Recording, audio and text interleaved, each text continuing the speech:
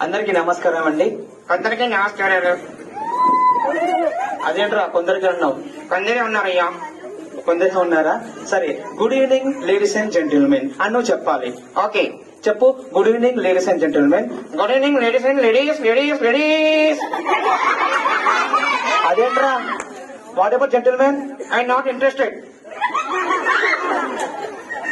నువ్వు అలా చేసావనుకో నిన్ను కొడతారు. ఏం కొట్టరు.